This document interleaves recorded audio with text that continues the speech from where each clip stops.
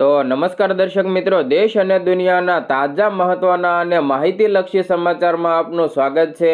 દર્શક મિત્રો, દેશ અને વિદેશમાં ઘટતી અવનવી ઘટનાઓની માહિતી તેમજ રાજનીતિને લગતા અને ખેડૂતોને લગતા સમાચાર સૌથી પહેલા મેળવવા માટે અમારી ટ્રેન્ડિંગ ગુજરાત યુટ્યુબ ચેનલને અત્યારે સબસ્ક્રાઇબ કરી લેજો અને બાજુમાં આપેલા ઘંટડીના નિશાનને પણ પ્રેસ કરી દેજો, જેથી અમારા અવનવા વિડીયોની અપડેટ સૌથી પહેલા તમારા મોબાઈલમાં મળી જાય। દર્શક મિત્રો, સૌપ્રથમ રાજકારણને લગતા સમાચાર ઉપર એક નજર કરીએ તો ગુજરાતમાં કમોસમી વરસાદનો હાલ કહેર વર્તાઈ રહ્યો છે। ત્યારે આ વરસાદને લઈને ચૈતર વસાવાએ સરકાર સામે ખેડૂતો માટે વળતરની માંગ કરી છે। વિગતવાર માહિતી મેળવીએ તો ગુજરાતમાં છેલ્લા કેટલાક દિવસથી કમોસમી વરસાદને કારણે ખેડૂતો હેરાન પરેશાન થઈ ગયા છે। આમ આદમી પાર્ટીના ધારાસભ્ય ચૈતર વસાવાએ સરકાર સમક્ષ માવઠાને કારણે નુકસાન ભોગવવા માટે ખેડૂતોને વળતરની માંગ કરી છે। ચૈતર વસાવાએ જણાવ્યું કે સમગ્ર ગુજરાતમાં માવઠાને કારણે ખેડૂતોને મોટા પાયે નુકસાન પહોંચ્યું છે। ડાંગર, મકાઈ, સોયાબીન, મગફળી, કપાસ સહિત મોટાભાગના પાકોમાં માવઠાને કારણે નાશ પામ્યા છે। શાકભાજીના પાકો, કઠોળના પાક, કેળના પાક સહિત તમામ પાકોમાં ખેડૂતોને મોટા પાયે નુકસાન પહોંચ્યું છે। વધુમાં તેમણે જણાવ્યું કે માવઠાને કારણે ખેડૂતોને મોઢે આવેલો કોળિયો છીનવાઈ ગયો છે। સરકારી કાર્યક્રમોમાં કરોડો ખર્ચ કરવાની જગ્યાએ પાક વીમા યોજના શરૂ કરીને ખેડૂતોને વળતર ચૂકવવામાં આવે। 30થી લઈને 31 ઓક્ટોબરે ગુજરાત પ્રવાસે આવનારા પ્રધાનમંત્રી મોદી ખેડૂતો માટે વિશેષ પેકેજની જાહેરાત કરે તેવી આશા છે। મંત્રીઓ અને અધિકારીઓ સ્થળ ઉપર જઈને અને સેટેલાઇટ દ્વારા પણ સર્વે કરાવીને ખેડૂતોને વહેલામાં વહેલી તકે વળતર ચૂકવે। જે ખેડૂતોએ પાક ધિરાણ લીધા છે તેને માફ કરવામાં આવે। ગત વર્ષે નુકસાની ભોગવનાર મોટી સંખ્યામાં ખેડૂતોને કોઈ વળતર મળ્યું જ નથી। એપીએમસીઓમાં તાત્કાલિક ધોરણે ટેકાના ભાવથી ખેડૂતોના પાક ખરીદવામાં આવે। એપીએમસીઓમાં જે લાયસન્સ વગરની આટડીઓ ચાલે છે તે બંધ કરાવવી પડશે। એપીએમસીઓમાં ખેડૂતોનું શોષણ થાય છે, પરંતુ આમ આદમી પાર્ટી ખેડૂતો સાથે ઊભી છે। આવનારા સમયમાં અમે પોતે એપીએમસીઓમાં જઈશું અને સરકારે નક્કી કરેલા ભાવો ખેડૂતોને મળે તેવા તમામ પ્રયાસો કરીશું।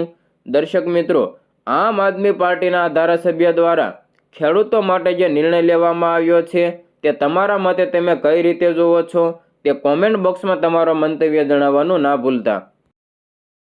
હવે મિત્રો, આગળ વાત કરીએ તો આપ સૌ સારી રીતે જાણો છો કે પાછલા કેટલાક દિવસોમાં બોટાદ માર્કેટિંગ યાર્ડમાં કિસાન મહાપંચાયતનું આયોજન થયું હતું અને ત્યારબાદ કેટલાક ખેડૂતો અને આમ આદમી પાર્ટીના મોટા નેતાઓને પણ જેલવાસ ભોગવવો પડ્યો છે, કેમ કે આ કડદા પ્રથાના આંદોલનમાં હિંસાના દ્રશ્યો પણ સામે આવ્યા હતા। તમને જણાવી દઈએ કે કેટલાક નિર્દોષ ખેડૂતોને પણ હાલ જેલમાં પૂરી દેવામાં આવ્યા છે। ત્યારે સરકાર વિરુદ્ધના એક્શનમાં આમ આદમી પાર્ટી ફરી એકવાર ગુજરાતમાં મહાપંચાયત કરવા જઈ રહી છે। તમને જણાવી દઈએ કે ગુજરાતના બોટાદ જિલ્લામાં ચાલી રહેલા ખેડૂત આંદોલનને લઈને આમ આદમી પાર્ટીએ ફરી એકવાર મેદાનમાં ઉતરવાની તૈયારી શરૂ કરી છે।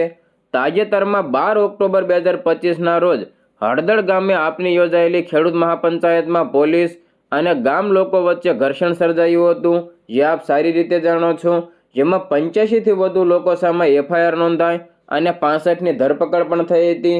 આ ઘટના પછી પાર્ટીએ આંદોલનને વધુ મજબૂત કરવા માટે 31 ઓક્ટોબર 2025ના રોજ સુરેન્દ્રનગર જિલ્લાના સુદામડા ખાતે વિશાળ કિસાન મહાપંચાયતનું આયોજન કર્યું છે। આ મહાપંચાયતમાં પાર્ટીના રાષ્ટ્રીય સંયોજક અરવિંદ કેજરીવાલ અને પંજાબના મુખ્યમંત્રી ભગવાન માન પણ હાજર રહેવાના છે, જ્યાં ખેડૂતોના હિતો જેમ કે કડદા પ્રથા હટાવવા સહિત પોષણક્ષમ ભાવ, દેવા માફી, વીજળી અને સિંચાઈના મુદ્દા, જમીન સંપાદનની સમસ્યાઓ પર વાતચીત થશે। આપના ગુજરાત પ્રભારી એવા ગોપાલ રાયે જણાવ્યું કે ભાજપ સરકારના અત્યાચારો ખેડૂતોના અવાજને દબાઈ નહીં શકશે અને આ મહાપંચાયતમાંથી આંદોલનને નવી ગતિ મળશે। તમને જણાવી દઈએ કે રાષ્ટ્રીય સંયોજક અરવિંદ કેજરીવાલ આ મહાપંચાયતમાં મુખ્ય વક્તા તરીકે ખેડૂતોના હિતો ઉપર વાત કરશે, જેમાં તેઓએ પહેલેથી જ ભાજપ સરકારના અત્યાચારોની નિંદા કરી છે। 16 ઓક્ટોબર 2025ના રોજ તેમણે કહ્યું કે અમે ડરીશું નહીં। આપના નેતાઓની ધરપકડ અને ખેડૂતો સામે કેસો પાછા ખેંચવાની માંગ કરીએ છીએ। કેજરીવાલ અને ભગવંત માનની હાજરીથી આ મહાપંચાયતને રાષ્ટ્રીય માહિતી મળશે અને તેમાં દેવા માફી, MSP અને કડદા પ્રથા બંધ કરવાની માંગણીઓ પર ચર્ચા થશે. આમ આદમી પાર્ટીએ પંજાબમાં ખેડૂતો માટે કરેલા કાર્યોના આધારે ગુજરાતમાં પણ સમાન યોજનાઓની જાહેરાતની અપેક્ષા રાખવામાં આવી રહી છે.